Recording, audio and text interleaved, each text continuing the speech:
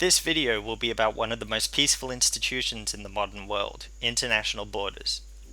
The definition of the border between the US and Mexico uses several of the world's favourite methods. While it doesn't use the old European favourites, this is as much as my ancestors could conquer, and 51% of this town speak my language, whereas only 49% of that town do. It does use the old colonial favourites, random line of longitude or latitude, straight line between two arbitrary points, and, as is relevant to this topic, you take that side of the river and I'll take this side. Part of the Mexican-American border was defined as the deepest channel of the Rio Grande, or the Talveg. This definition sounds like it would be well defined and controversy-free, but, well, this part of the Rio Grande is an alluvial river with seasonal flooding from the snowmelt in the Rocky Mountains. Now, rivers on flat alluvial plains do a thing called meandering.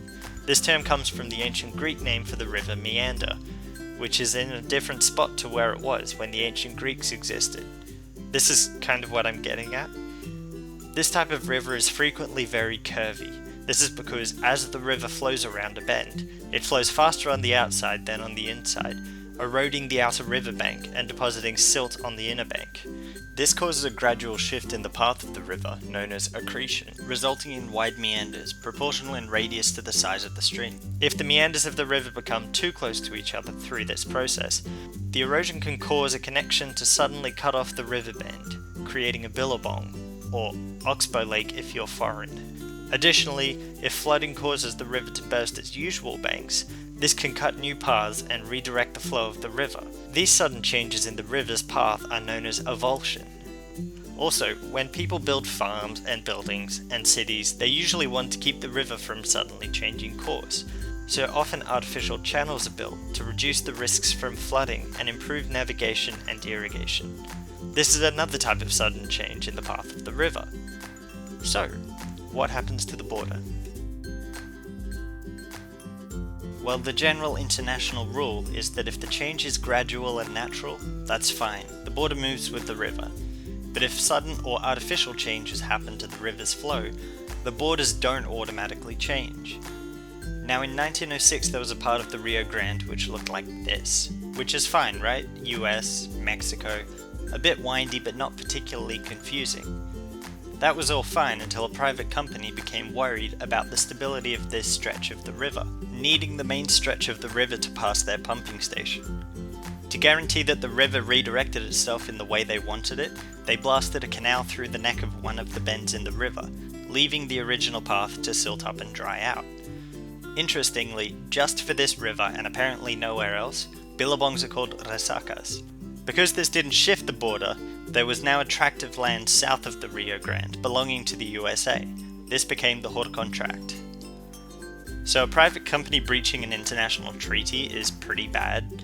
The company was fined and required to survey the old riverbed and install boundary markers, but for some reason this just didn't end up happening, and eventually people just forgot that the Horcón Tract was actually US territory. To make matters more interesting, there was also a Mexican settlement on the southern side of the river. After the unmarked Horcón Tract became accessible, the community gradually migrated to avoid the risks of flooding from the river, and the town of Rio Rico was founded on US territory.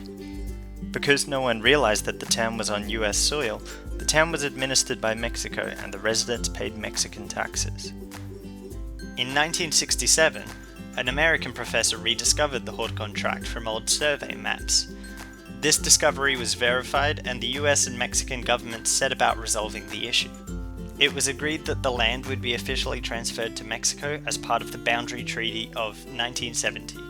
The official handover of the territory took place in 1977. There was one other thing about the Horcón Tract though. The American Constitution contains a section known as the Citizenship Clause, which basically guarantees American citizenship to anyone born in US territory. This meant that many of the residents born in Rio Rico were able to apply for US citizenship, and emigrated to the United States as the territory was transferred to Mexico.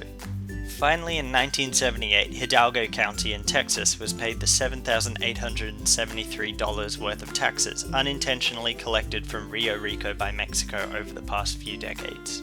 The story of the Horcón Tract is hardly unique. Other transfers of land, for example the cgeyl dispute in El Paso, have taken place on the Rio Grande. And these sorts of border disputes exist on many border rivers.